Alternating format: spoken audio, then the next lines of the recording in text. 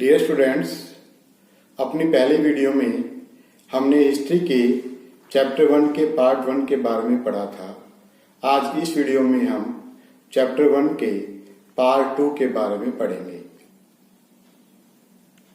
Similarities in anatomy of humans and monkeys. मानव और वानरों के शरीर रचना में समानताएं। Both have hair on their body. दोनों के शरीर पर बाल होते हैं। Both have long gestation period before birth. दोनों में जन्म से पहले लंबा गर्भकाल होता है। The females have mammary glands to feed their babies. औरतों में अपने बच्चों को दूध पिलाने के लिए ग्रंथियां होती हैं। In both the period of growth and dependence is normally long. दोनों में विकास और निर्भरता का समय लंबा होता है। Similarities in behaviour of humans and monkeys. मानव और वानरों के व्यवहार में समानताएं।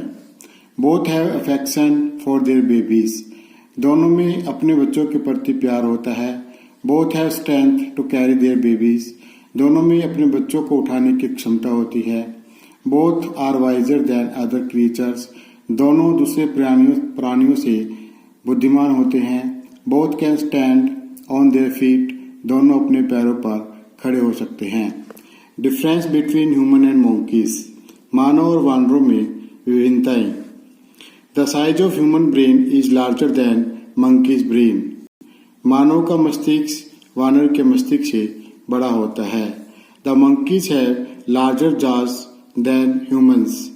वानरों का जबड़ा मानव के जबड़े से बड़ा होता है।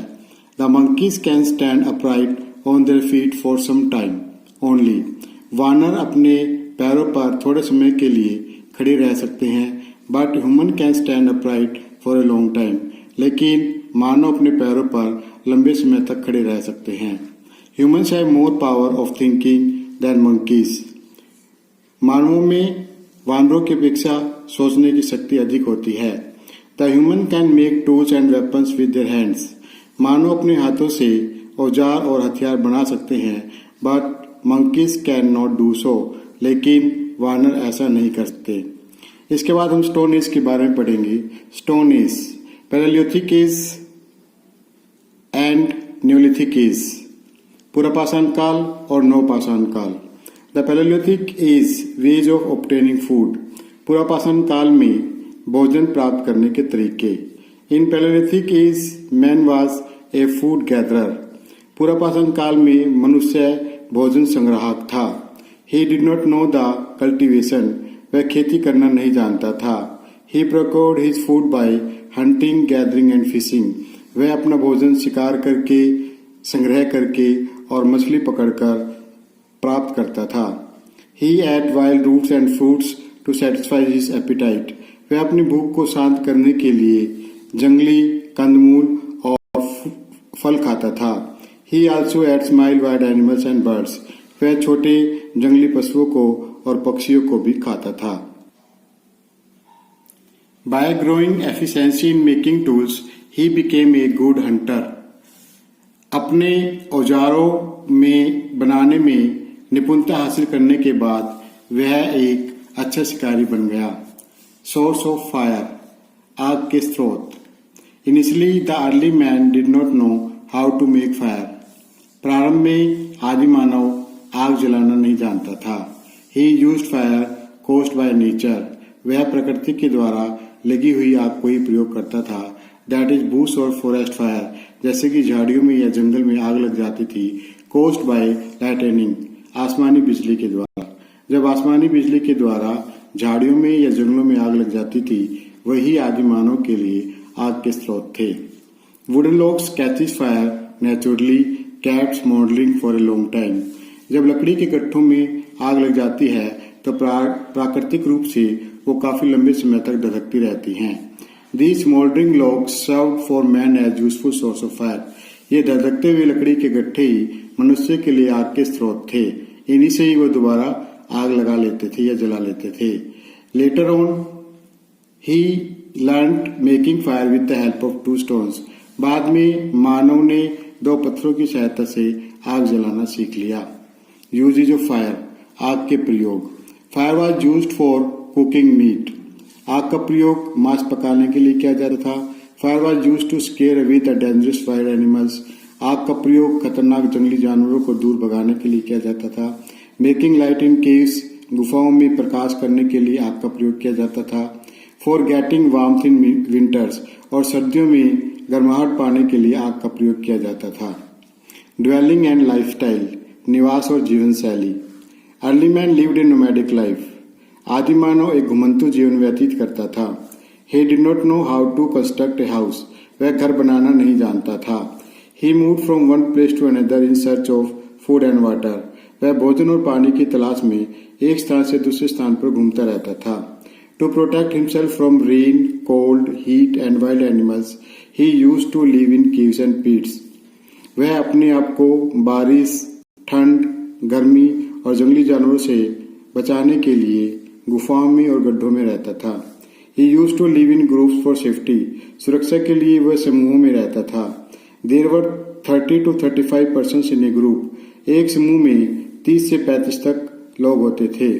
The area of their movement was limited, वह जिस क्षेत्र में घूमते रहते थे वह सीमित था। They usually remained near the source of water, आमतौर पर वे पानी के स्रोत के पास ही रहते थे। Their ornaments indicated group identity, उनके आभूषण उनकी समूह की पहचान होते थे। Later on man started making huts, बाद में मनुष्य ने झोपड़ियां बनानी शुरू कर दी with the help of tree branches and skin of animals, पेड़ की शाखाओं से और पशुओं की खाल से। बाद में मनुष्य ने पेड़ की शाखाओं और पशुओं की खाल से झोपड़ियां बनानी शुरू कर दी। Bones, stones and mud were also used to construct the huts. हड्डियां, पत्थर और मिट्टी का प्रयोग भी झोपड़ी बनाने के लिए किया जाता था। Tools and weapons making and their use, औजारों और हथियारों का बनाना और उनका प्रयोग। With the help of stone and bones, पत्थर और हड्डियों की सहायता से early man used to make tools and weapons, आदि मानव औजार और हथियार बनाता था। Boards, knives, blade and chisel were their tools. खुरचनी, चाकू, ब्लेड और छैनी उसके औजार थे। And spear, attles and bows and arrows were their weapons. बर्छी, भाले और धनुष बाण उसके हथियार थे। Usage of tools and weapons, औजारों और हथियारों का प्रयोग। Tools were used to cut plants, औजारों का प्रयोग पौधों को काटने के लिए किया जाता था। डिगिंग रूट्स फॉर फूड, भोजन के लिए जड़ों को खोदने में औजारों का प्रयोग किया जाता था। To skin meat of small animals, छोटे जानवरों की खाल उतारने के लिए औजारों का प्रयोग किया जाता था। टू मेक हट्स, झोपड़ियां बनाने के लिए भी औजारों का प्रयोग किया जाता था। Weapons were used to hunt animals, और हथियारों का प्रयोग पशुओं का शिकार करने के लिए किया जाता था। लैंग्वेज एंड आर्ट, भाषा और कला। Language and art are two important modes of communication, भाषा और कला कम्युनिकेशन यानी कि एक दूसरे से बात करने के साधन थे, और एक्सप्रेस ऑफ व्यूज या अपने विचारों को अभिव्यक्त करने के साधन थे। There is a close relationship between language and art, भाषा और कला में गहरा संबंध था। लैंग्वेज, भाषा। Among all the living creatures only man is blessed with the ability of speak, सभी जीवित प्राणियों में मनुष्य को ही बोलने की क्षमता प्राप्त है। Man communicates his views through language, मनुष्य अपनी भाषा से ही अपने विचारों को आदान प्रदान कर सकता है। With the help of language activities like hunting and making of shelters became easier, भाषा की सहायता से कुछ गतिविधियां जैसे कि शिकार करना और आवास बनाना आसान हो गया।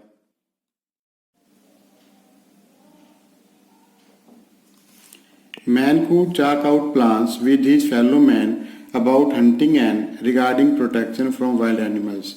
मानव अपने साथियों के साथ शिकार के बारे में और जंगली जानवरों से सुरक्षा के संदर्भ में योजनाएं बना सकता था।